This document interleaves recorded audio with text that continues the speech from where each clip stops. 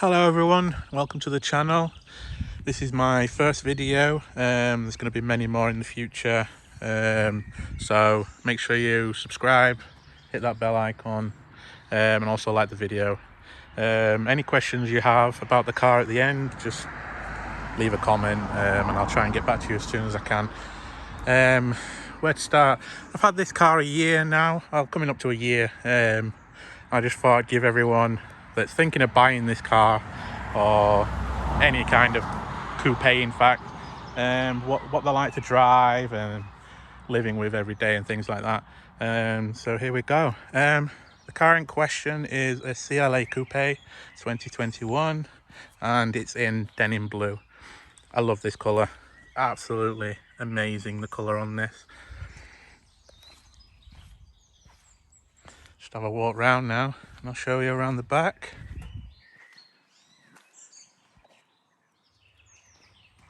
It's got one of the best rear ends on a car, I personally believe anyway. You'll have to let me know what you think in the comments. But yeah, the metallic denim blue, absolutely stunning colour. I'm glad I chose it. Before I carry on, we have a few guests in the background. Don't know if you can see that. Anyway, so let's start with the boot. Press that in, the boot will open. It's fairly big.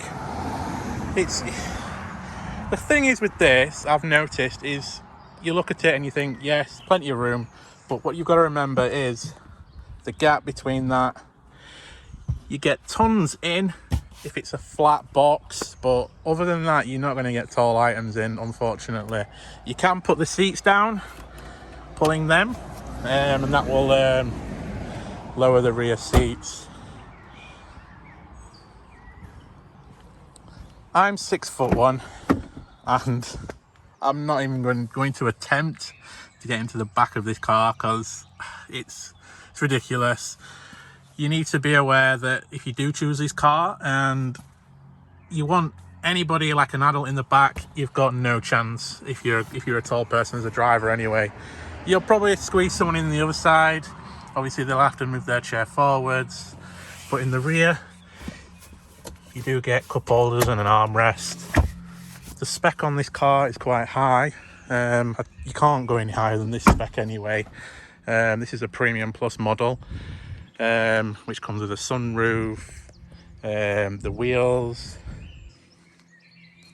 Also comes with the fancy headlights that shut off and do a little dance when you load it up. Here's the passenger side. Absolutely lovely. One of the best interiors in a car, I believe. Absolutely wonderful interiors. Well, you get what you pay for, I suppose. Step out.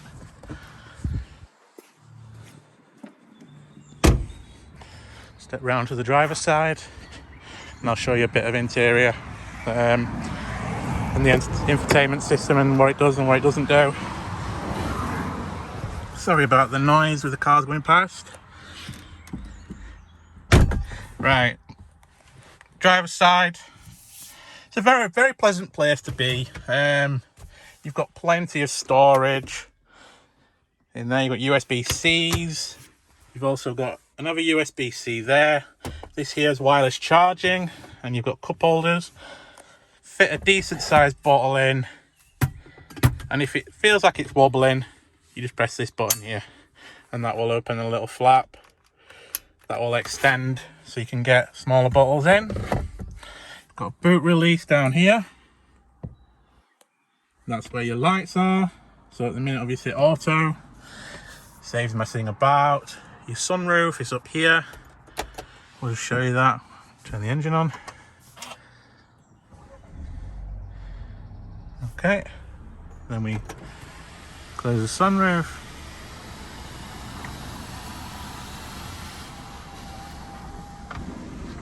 So how long that take? You've also got a sun blind that comes over, which is handy. I'll leave that shut for now so you can see the screens. You've got two 10.1 inch screens. One's obviously your speedo and all the stuff that you really need, like fuel and miles and things like that. And on the left you have another screen which is your maps and things like that. So you've got navigation, radio, comfort. In comfort you've got, it's supposed to be like a massage seat, but it's not. All it does is it just moves bits and bobs of the seats, like a lumbar movement system. It's very strange. People think it's a massage seat, but it's not. So you need to be aware about that. You've got your ambient lighting. You can't really see it, or you can a little bit right here. I'll just change the colour for you so you can. So in here you've got colours. You can have multicolour, which will change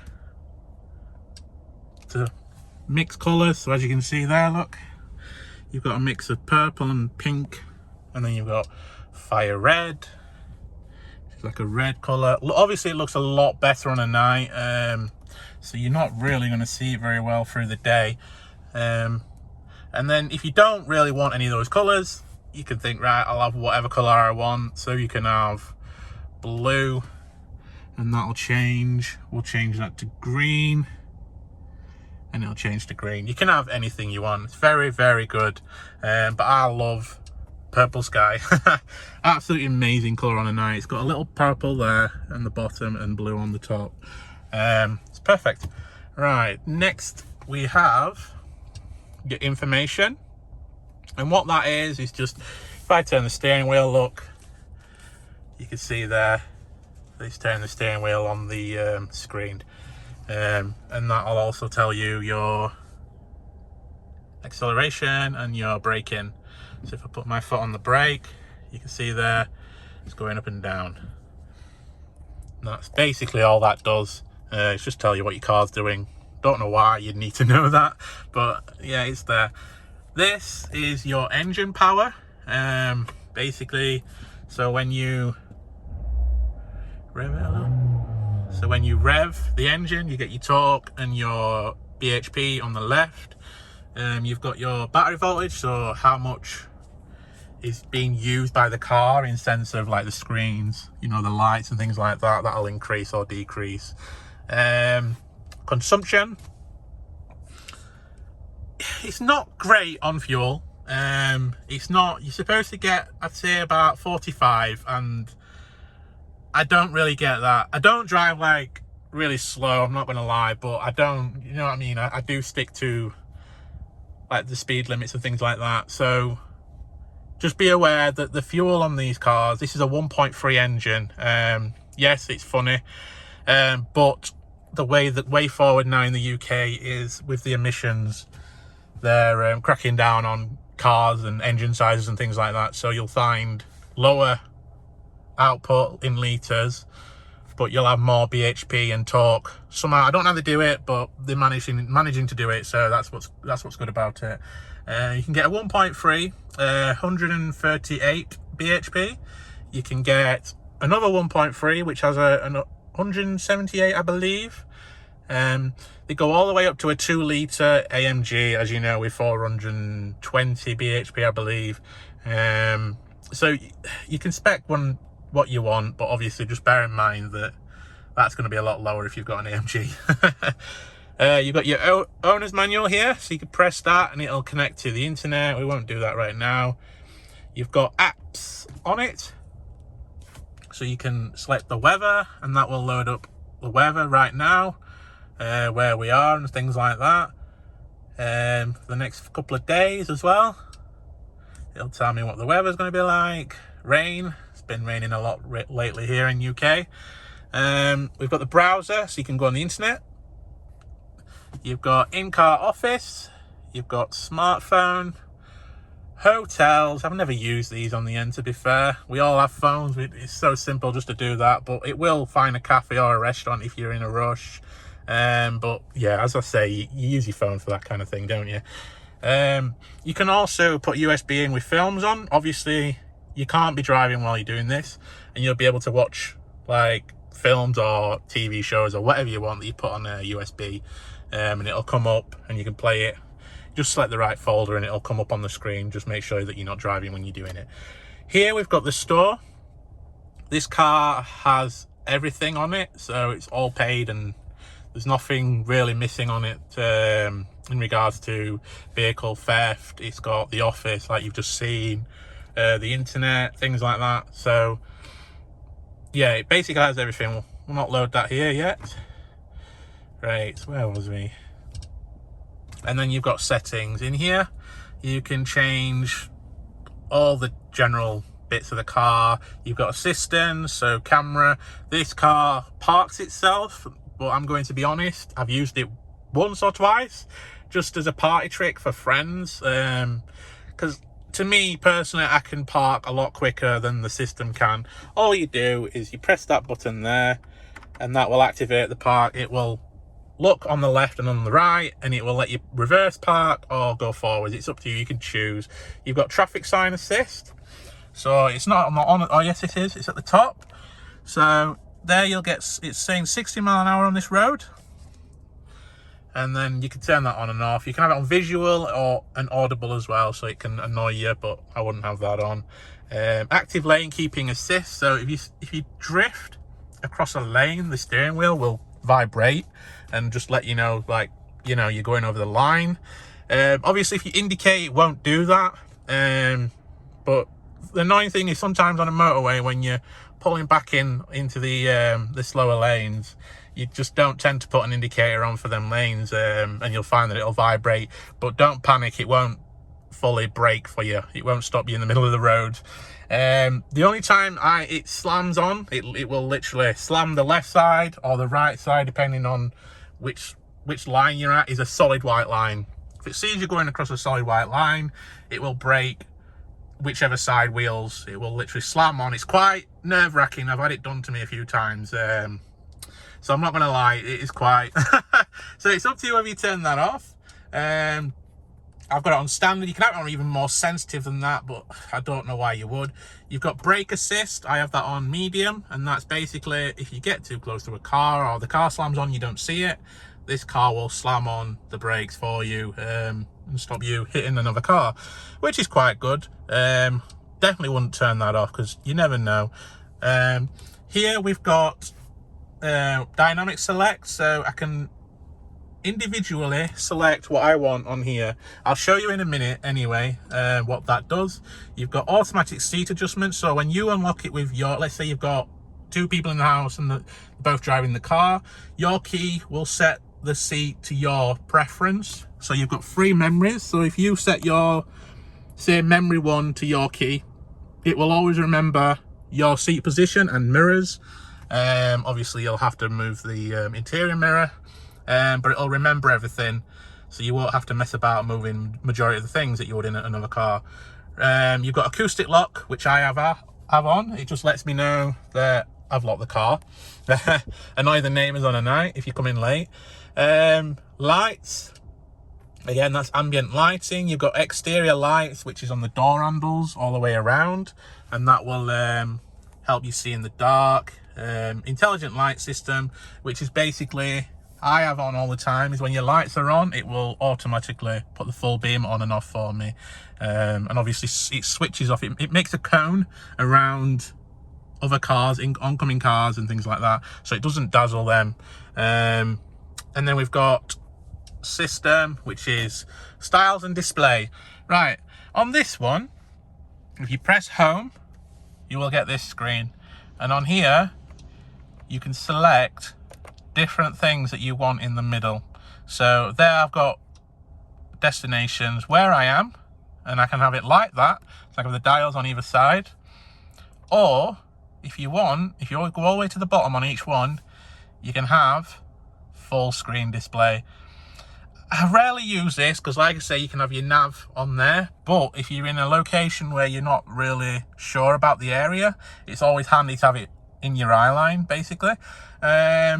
So yeah, it is nice to have, but usually you can make do really with the smaller one. It's a big enough screen, you can see it.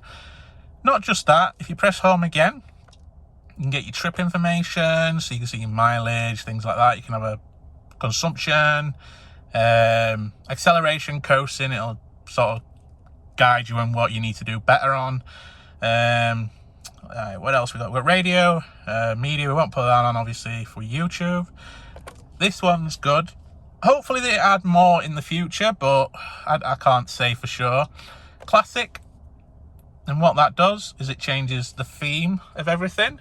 So that's like a blue. It's nice. It's lovely. On a night as well, it stands out. You've got... wrong one.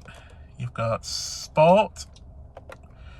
And all you do to get to that is you move across, look, and it'll go up and down. And then you've got sport, which we've been on, which is the yellow one. And then you've got progressive. Progressive is like a futuristic kind of look. I rarely use this one. It's not for me, to be fair. Some people might like it, but I prefer the sport dials. They just, I don't know, just stand out a bit better to me. And then you've got, for the motorway journeys, if the screens are too much for you, you can put it on understated. And what that'll do is minimize everything. And then all you can do is there's a little thing here. Turn that down, it'll turn all the lights and dim the screen a bit better for you. I never use it. Never once used it. I don't have an issue with nighttime driving and things like that at the moment, so I never use that. So we'll put that back on sport.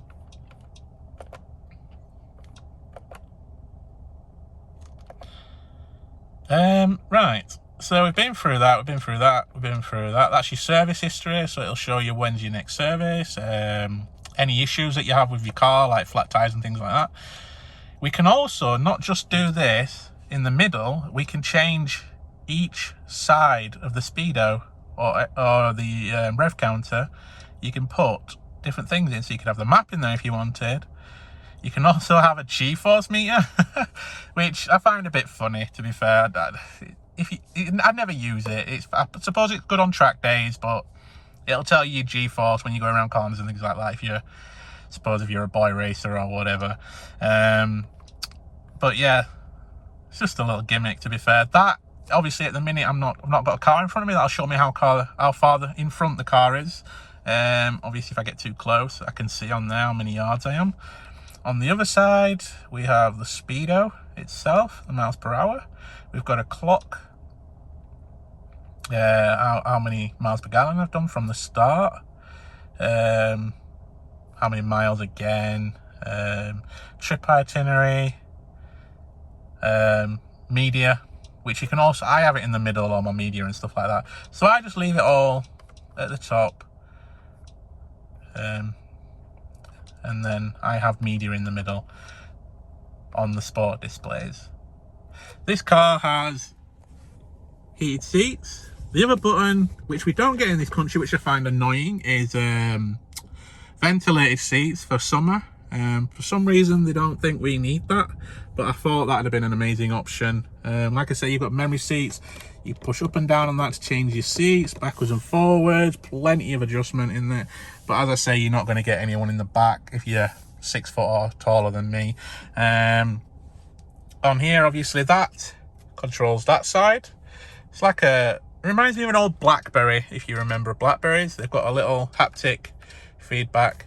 And then this side controls the right screen. It's pretty straightforward. You've got paddle shifts on either side, which you can use if you want. Now let's go back to the middle. And in the middle, you have a touchpad, so you can write on that. You can skip track, home button at the top. That takes you back home. You go back altogether, and that'll take you back to the nav. And then on here, you've got quick access buttons. That's for your favourites, so you can set whatever you want in there. If you want, I don't know, a certain person that you like to ring, you just press that and it'll ring them. Pretty straightforward. That will take us to the car one. And again, on that, that's the car. So we can literally spin around the car and it will, you can check on the lights and things like that. It's quite cool, really. It's like a little 3D animated thing. Back down here, as I said before, that's your parking like there. Now it's going to search. This does have a rear view camera, so I can open that up. It comes out the badge at the back, and then you've got like a wide view. Looks weird. So yeah, that one will search now for parking spots, and it'll come up here. You can press one and it'll do everything for you. You don't have to brake, nothing. It'll steer the lot. Back down here, this is what I wanted to show you earlier. You've got Eco. Basically what that does is it numbs the engine. Basically it dumbs everything down, makes the response of the engine a bit more of a snail. I use it a lot on the motorways because it just helps a lot with fuel and things like that. You've got comfort. Basically all that does is just puts everything in comfort, so the engine's a bit more responsive, and not as laggy as the Eco. Also in the Eco, your car will shut itself off at the lights, which some people find annoying, but it's everybody's preference. And we push it up again, and that will get us to sport mode. It's pretty straightforward what that means. It'll tighten up the steering wheel, the throttle responds, so the revs will stay higher for longer. Just make the car a bit more quick. If you want to overtake and things like that on a country lane, it does help a lot just to have the engine not have a lazy moment. It's there straight away ready for you. And then you've got individual, and that's for what I like. On country lanes, it's basically like a manual mode, so it'll only let me use paddle shifters. And that's quite, if you want to have a bit of fun on a back lane, you can literally put that one on. Everything will be in sport, your steering wheel and stuff like that, but then it'll be manual, your car. So that's up to you what you want on that. In the middle, we've got AC. Press that to get your screen. I don't like this at all. I prefer dials and things like that, whereas because when you're driving, you're trying to faff about, put these up, you can use these, but you can't push and hold. You got to click it to go faster, basically. Anyway, so yeah, nothing really much else to say about the car. There is one more issue, which is the biggest problem for me, and I'll show you now. Open the sunroof.